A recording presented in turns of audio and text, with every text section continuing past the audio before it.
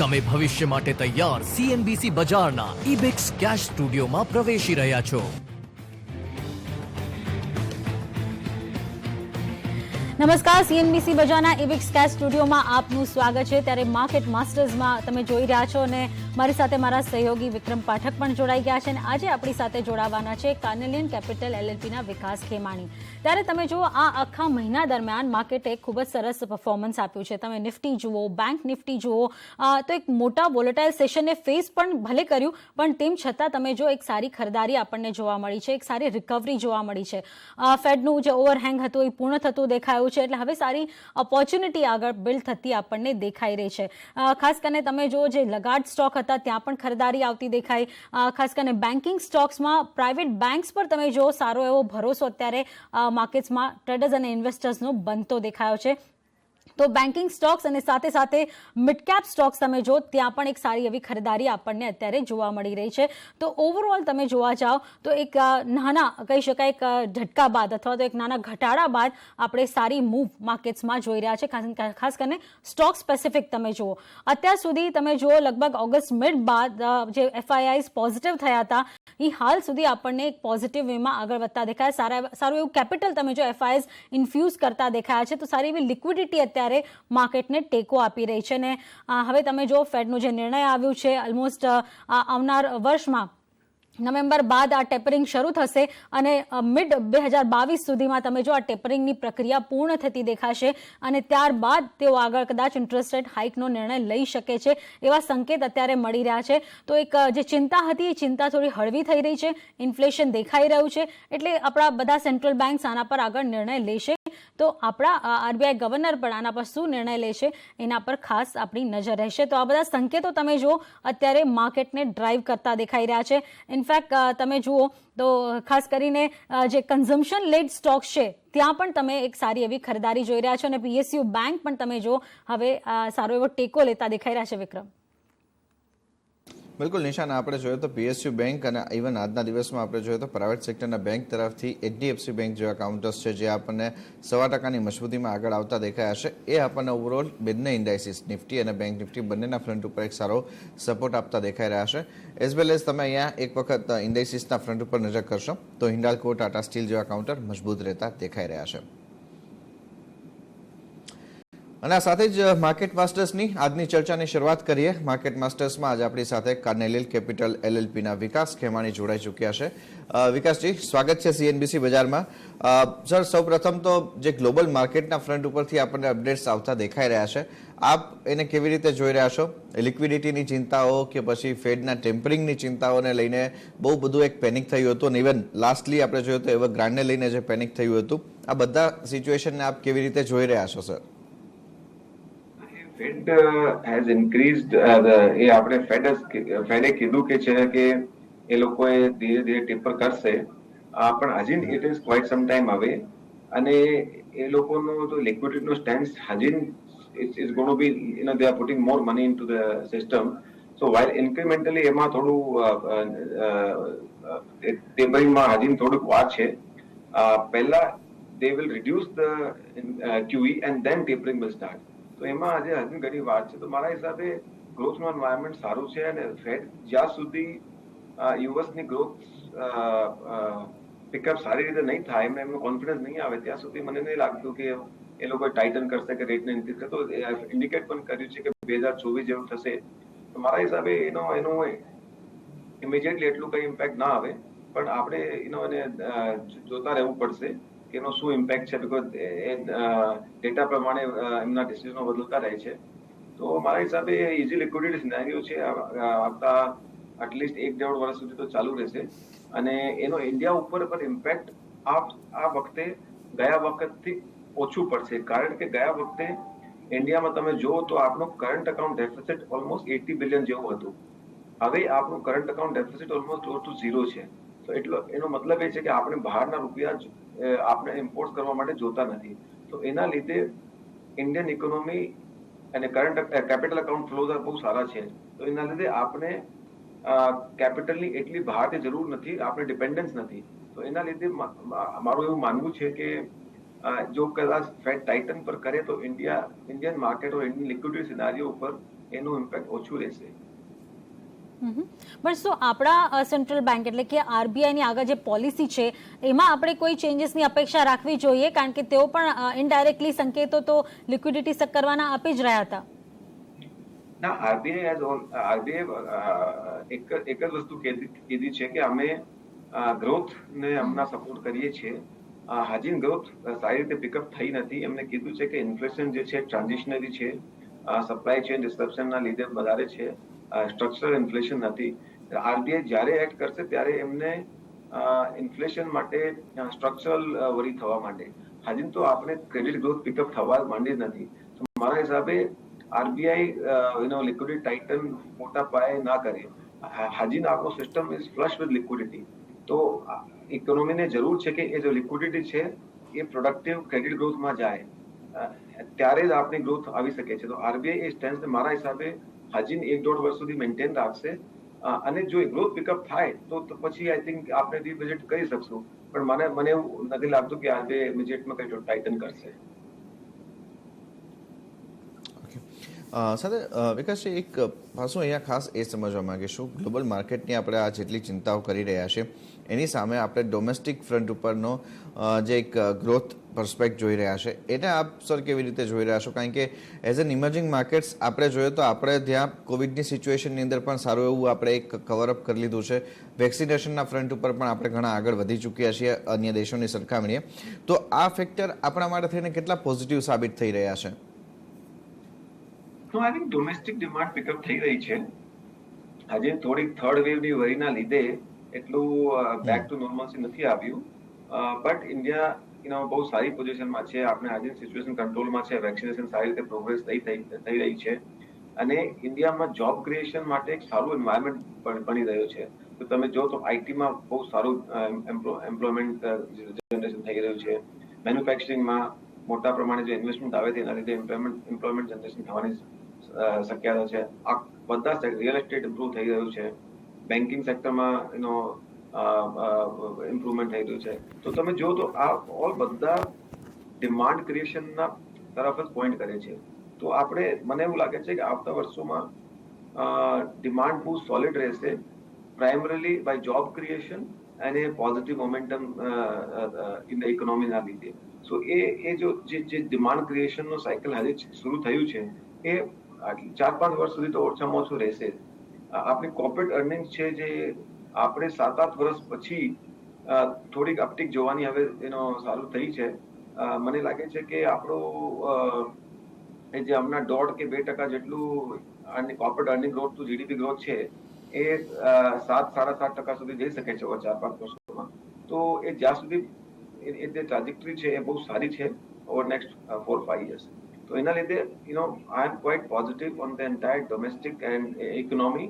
And એ બહુ broad based recovery મારા હિસાબે રહેવાની છે આ વખતે.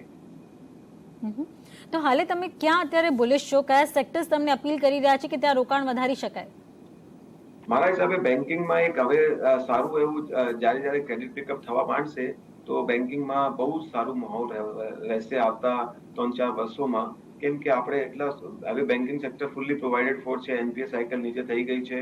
એ બેડ બેંકના લીધે એમની કેપેસિટી પણ અનબ્લોક થઈ જશે. તો હવે ક્રેડિટ ઇમ્પ્રુવ થવાનો માહોલ બનશે. એના લીધે મને લાગે છે કે બેન્કિંગ અને ફાઇનાન્શિયલ સર્વિસીસ સેક્ટર બહુ સારું રહેશે. બીજું આઈ થિંક મેન્યુફેક્ચરિંગમાં બહુ બધા તકો છે અક્રોસ વેરિયસ સેક્ટર. ઇમ્પોર્ટ સબસ્ટિટ્યુશનના લીધે અને એનો એક્સપોર્ટ પિકઅપ થઈ રહ્યું છે એના લીધે. તો એ પણ એક સ્ટ્રક્ચરલ ટ્રેન્ડ છે. તો એમાં બહુ જ મોટા પાયાની તકો છે. એ across various sector cut across કરે છે. તો એ આપણે 4-5 વર્ષોમાં આપણે સારી રીતે રોકાણ કરવાની શક્યતાઓ એમાં મળશે. પછી તમે જો તો રિયલ એસ્ટેટ અને સેક્ટર જે છે 8-10 વર્ષોથી એકદમ તકલીફમાં હતું. નવ આપણે ઇન્વેન્ટરી ઓલ ટાઈમ લો છે મોસ્ટ ઓફ ધ સિટીઝમાં અને ડિમાન્ડ પિકઅપ થવા માંડી છે. મારા હિસાબે આવતા વર્ષોમાં એ પણ બહુ સારું કરશે. સો તમે જો તો કન્ઝ્યુમર ડિસ્ક્રેશનરી અનધર સેક્ટર છે જ્યાં ડિમાન્ડ ક્રિએશન થાય, રિયલ એસ્ટેટ પિકઅપ થાય તો એમાં પણ એમનો પોઝિટિવ ઇમ્પેક્ટ આવશે. તો આપણા એક સારી રીતે બહુ એક બ્રોડ બેઝ રિકવરી થશે. તો ધીઝ આર 3-4 સેક્ટર્સ આપણે જોવા જોઈએ. ઓકે સર, એની સાથે બેન્કિંગ અને ફાઇનાન્શિયલ્સની વાત થઈ રહી છે, તો એક પર્સપેક્ટિવ ખાસ અહીંયા આપણી પાસેથી સમજવા માંગીશું. જે પ્રમાણે કોસ્ટ ઓફ ફંડિંગ અત્યારે નીચું આવ્યું છે, એને લઈને ઘણા બધા બેંક્સ પોતાના ઇન્ટરેસ્ટ રેટ છે એમાં પણ ઘટાડો કરી રહ્યા છે. પણ જે ક્રેડિટ ગ્રોથ માટેની એક્સપેક્ટેશન છે એ આપ સર કેવી રીતના જોવો છો? સેકન્ડ ક્વાર્ટરમાં આપણને એની ઇમ્પેક્ટ દેખાશે કે પછી આપણે કદાચ થર્ડ કે ફોર્થ ક્વાર્ટરથી જ એ આપણે ગ્રોથ આવતો જોઈ શકીશું? હજી કદાચ પ્રોબેબલી એ થોડી બેકએન્ડેડ હશે હજી મારા હિસાબે, કે આપણે રિયલ ક્રેડિટ પિકઅપ મારા હિસાબે એકવાર થર્ડ વેવની જો વરી સેટઅપ થઈ જાય એના પછી થશે, તો કદાચ Q4 would be better than earlier. Definitely. ત્યારે જ ઓટો તમે જુઓ તો એક ગ્રોથ ડ્રાઈવર છે. હાલના દિવસોમાં આપણે ઓટોને એક લગાડ અથવા સાઇડવેઝ જોયું છે. ટુ વ્હીલર સેગમેન્ટ એટલું સારું પરફોર્મન્સ નથી કરી રહ્યું. હવે જ્યારે વરસાદ બધી જગ્યાએ સારો એવો પડ્યો છે તો અપેક્ષા રાખી શકાય કે કમર્શિયલ સેગમેન્ટ તો એક સારું પરફોર્મન્સ આપી શકે? ઓટોમાં આપણે પેન્ટઅપ ડિમાન્ડ છે, કેમ કે સપ્લાય ચેન ડિસરપ્શન પણ થઈ રહ્યા છે અને મોબિલિટીના લીધે એમનું ડિમાન્ડ પણ ઓછું હતું અને ક્રેડિટ અવેલેબિલિટી પણ ઓછું હતું. તો મારા હિસાબે જેમ જેમ ઇકોનોમી ઓપન અપ થશે, ડિમાન્ડ રિકવર થશે અને સપ્લાય ચેન ડિસરપ્શન પણ ઓછા થશે, તો આવતા 1-2 વર્ષ માટે ઓટો સેક્ટર સારું કરી શકે છે.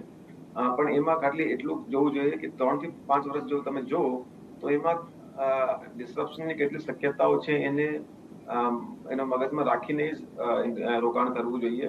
12 મહિના સુધી મને લાગતું નથી કે એમાં કઈ પ્રોબ્લેમ છે, પણ લોંગ ટર્મમાં થોડુંક એમાં અમે કેરફુલ રહેવાનું જરૂર છે.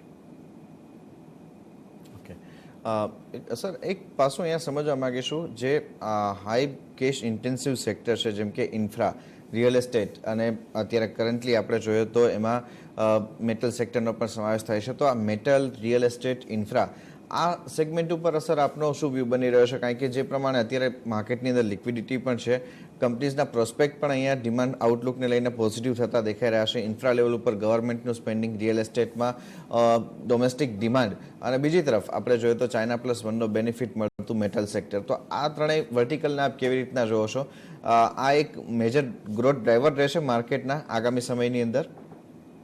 રિયલ એસ્ટેટના તો જેવી રીતે તમને કીધું કે મને બહુ આવતા વર્ષોમાં સારું લાગે છે, કેમ કે એક અફોર્ડેબિલિટી રેશિયો હોય છે, EMI divided by annual income. This is looking all time good. It is exactly where it was in 2001. અને એના પછી તમે જો તો 2001 થી 2005-6 સુધી રિયલ એસ્ટેટમાં બહુ ડિમાન્ડ આવેલી. તો મને લાગે છે કે રિયલ એસ્ટેટ સેક્ટર, અને હવે તો રેરા પણ છે, તો સ્ટ્રક્ચરલી બહુ જ પોઝિટિવ લાગે છે. અને જો ઇન્ફ્રાસ્ટ્રક્ચર છે એમાં તમને જોવું પડશે કે કયા પ્લે કરવા જોઈએ, કેમ કે ઇન્ફ્રાસ્ટ્રક્ચરમાં બહુ જ અનિશ્ચિતતા. આઈ થિંક EPC કંપની જે હજી સુધી લાઇમલાઇટમાં નથી રહી અને ઇન્વેસ્ટરનો ફેવરેટ નથી, મને લાગે છે એમાં સારી શક્યતાઓ રહેશે, કેમ કે સેક્ટર કન્સોલિડેટ થયું છે. બહુ ઓછી કંપનીઓ એવી છે જે કે સારા મોટા કોમ્પ્લેક્સ કોન્ટ્રાક્ટ કરી શકે છે, અને કંપનીઝ લાઈક L&T બહુ ઓછી છે ઇન્ડિયામાં, જે I think lot of company bankrupt થઈ ગઈ છે. તો વધારે બિઝનેસ છે અને ઓછું કામ કરવાના લોકો છે. તો મારા હિસાબે એ પણ એક સારું એ કંપનીઓ માટે રહેશે. તો ઇન્ફ્રાસ્ટ્રક્ચરમાં EPC કંપનીઓ, અને એમાં કોર્પોરેટ ગવર્નન્સ ડેફિનેટલી જોવું જોઈએ, બીકોઝ એ સેક્ટર થોડુંક કોર્પોરેટ ગવર્નન્સમાં ઓછું હોય છે. તો one has to be very careful, but directionally speaking એ સારું લાગે છે. વિકાસજી, તમે જુઓ તો મીડિયામાં અત્યાર સુધી રોકાણ એટલું સારું નહોતું આવ્યું ને જે અત્યારે હવે નવી એક્ટિવિટીઝ આપણને જોવા મળી રહી છે, કે ઝી અને સોનીની ડીલ હોય કે આગળ જે હવે આપણને ગ્રોથ જોવા મળી રહ્યો છે, શું રોકાણની તક જોવી જોઈએ મીડિયામાં? So mediama, I think sector is going through a transitionary phase of disruption. So from a conventional broadcasting model to digital broadcasting model, OTT-based platform.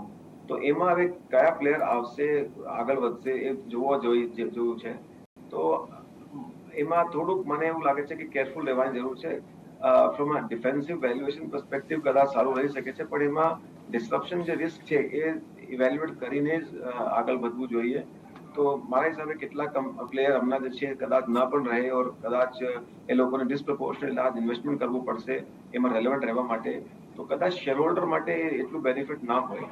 So I would advise to not kind of be very careful before investing into this sector. સાથે જ વિકાસજી એક perspective આપણી પાસેથી માર્કેટના front ઉપર અત્યારે એ સમજવા માંગીશું. ઘણા બધા સેગમેન્ટ એવા છે કે જ્યાં આપણને થોડાક વેલ્યુએશન સ્ટ્રેટ થતા દેખાયા છે, અથવા તો ફોરવર્ડ વેલ્યુએશન ઉપર આપણે અહીંયા ટ્રેડ થતા જોઈ રહ્યા છે. એ ફ્રન્ટ ઉપર આપને શું લાગે છે, ત્યાં થોડું પ્રોફિટ બુકિંગ ઇનિશિએટ કરવું જોઈએ કે પછી અત્યારે હવે માર્કેટ જે ફોરવર્ડ લુકિંગને જોઈ રહ્યું છે એની સાથે એને રાઇડ કરવું જોઈએ?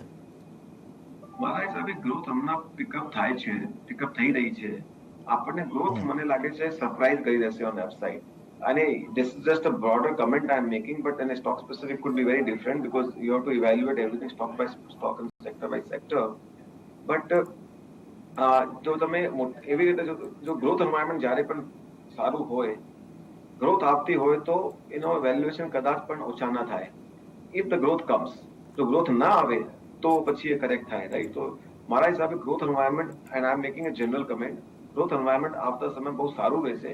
જ્યારે પણ આવું એન્વાયરમેન્ટ હોય, કોઈ પણ ડીરેટિંગ ઓફ વેલ્યુએશન ના થાય. અને બીજું, પી લઈને I think one can't evaluate only companies. There are a lot of other parameters. One has to look at free cash flow, yield કેટલું છે, growth કેટલી છે, અને બીજું ઇન્ટરેસ્ટ રેટ કેટલી છે. બીકોઝ 2% ઇન્ટરેસ્ટ રેટ ઓછી થાય તો એમાં એક્વિટી વેલ્યુએશન 35% થી અપ્રોક્સિમેટલી ઉપર જાય. તો જ્યારે પણ આવું થાય એ ક્લિયરલી તમને એનો જો આ પહેલા 20 નું પી સારું હતું તો હવે 27 નું પી સારું થઈ જશે. તો આપણે બધું all these things you have to keep in mind. Valuations are never in isolation. It is combination of many things. Hence just making a statement because PE has gone up is looking expensive is not right. વિકાસજી, હાલે તમે aviation અને IRCTC આને કઈ રીતે મૂલવો છો? કારણ કે તમે જો જે રીતે અત્યારે હવે રિવેન્જ ટ્રાવેલ થઈ રહ્યું છે, ખાસ કરીને ઇન્ટરગ્લોબ હોય, સ્પાઇસ જેટ હોય કે આઈઆરસીટીસી હોય, ત્યાં તમે જો ગ્રોથ અત્યારે વધુ જોવા મળી શકે? I'm not commenting on a particular stock, but tours and travel, I mean, wherever travel opens up, because of mobility, a lot of sectors will benefit. I think hotels will do well, airlines will do well, and we are already seeing some amount of pickup in those sectors. So જ્યારે પણ I think mobility travel pickup થશે એનો બધાનો ફાયદો તો જે પણ related કંપનીઓ છે એને થશે જ. ઓકે, તો અહીંયા વિકાસજી, આપના મતે હવે અત્યારે જો પસંદગી કરવી હોય તો વેલ્યુએશન વાઇઝ કે જે ખાસ કરીને જે ફ્યુચર ગ્રોથ પ્રોસ્પેક્ટ છે એને ધ્યાનમાં રાખતા કયા વર્ટિકલ્સ ને ધ્યાનમાં રાખી શકાય, કયા સેક્ટર્સને ફોકસમાં રાખવા જોઈએ? આઈ થિંક તમને કીધેલું હમણાં જ કે બેન્કિંગ એન્ડ ફાઇનાન્શિયલ સેક્ટર બહુ સારું લાગે છે. આવતા 3-5 વર્ષ બહુ અટ્રેક્ટિવ રિસ્ક રિવોર્ડ છે એના. હજી ને sector has not done as well as it has been played out to be. And બીજું આઈ થિંક મેન્યુફેક્ચરિંગમાં પણ એટલી બહુ મોટી ઓપોર્ચ્યુનિટી છે. આપણે 10 વર્ષ સુધી કદાચ સેક્ટર ગ્રોથ કરી શકે છે, તો એટલા માટે એ પણ બહુ સારું લાગે છે. અને બીજું રિયલ એસ્ટેટમાં જેવી રીતે તમને કીધું કે હાઉસિંગ વેલ્યુએશન્સ બહુ એક્સપેન્સિવ નથી. Things are just picking up. Under on sector છે તો તમે સારું એવું રોકાણ જોઈ શકો છો એમાં પણ. સો I am right now not બધા આવા સેક્ટરોમાં તમે જોશો કે રિસ્ક રિવોર્ડ ઇન્વેસ્ટિંગ નો છે. હજી વેલ્યુએશન એટલા ડિસ્પ્રોપોર્શનેટલી આઉટ ઓફ વેક નથી, તો હજી રિસ્ક રિવોર્ડની તકો છે એમાં. જો રિયલ એસ્ટેટ પર પોઝિટિવ હોઈએ તો શું એને લગતા બીજા સેક્ટર, જેમ કે અગર હું ગણું તો શું વ્હાઇટ ગુડ પ્રોડક્ટ્સ પર પોઝિટિવ રહી શકાય, શું પેઇન્ટ કંપનીઝ પર પોઝિટિવ રહી શકાય? કારણ કે જ્યારે હવે ફેસ્ટિવલ સિઝન પણ આવી રહી છે અને ઘરોના વેચાણ આટલા થયા છે તો આ બધી વસ્તુઓ પણ જીવન જરૂરિયાતની વસ્તુ જ થઈ ગઈ છે હવે. બિલકુલ. આઈ થિંક જો બિલ્ડિંગ મટીરિયલ્સ થયું કે આપણે કન્ઝ્યુમર ડ્યુરેબલ્સ થયું, એ જેવી રીતે મોર એન્ડ મોર ઘર વેચાશે એમનો ઇમ્પેક્ટ એના પર આવશે જ. અને પર કેપિટા ઇન્કમ વધે તો લોકો પ્રીમિયમાઇઝેશન પણ કરે. સો એનું બધું ઇમ્પેક્ટ, ચાહે બિલ્ડિંગ મટીરિયલ્સ કંપની હોય, કન્ઝ્યુમર ડ્યુરેબલ્સ હોય, એમનું એન્વાયરમેન્ટ સારું જ રહેશે. અને બીજું, હમણાં ગયા વખતોમાં ડિસ્ટ્રપ્શનના લીધે કેટલાક પ્લેયર્સનું માર્કેટ શેર પણ ઓછું થયું છે, તો મોટા પ્લેયરો વધારે મોટા થયા છે. તો એ કન્સોલિડેશનનો થીમ પણ સારું એવું પ્લે થયું છે. અને એ લોકોએ હવે ઓર્ગેનાઇઝ પ્લેયર્સ સારા કરશે, કરી રહ્યા છે અને આવતા સમય પણ કરશે. So there are multiple factors supporting this segment.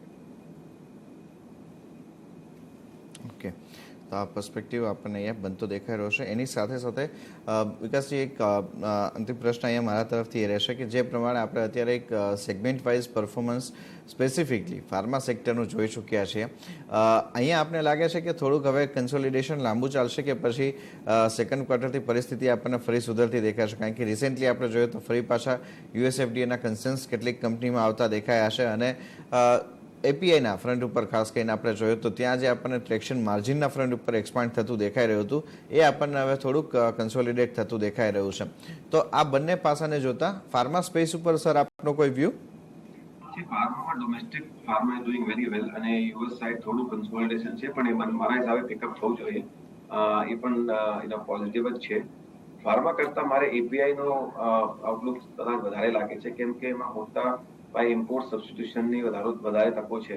સો બંને સેક્ટરો સારા છે, પણ એમાં બંનેમાં આઈ હેવ ટુ ચૂઝ.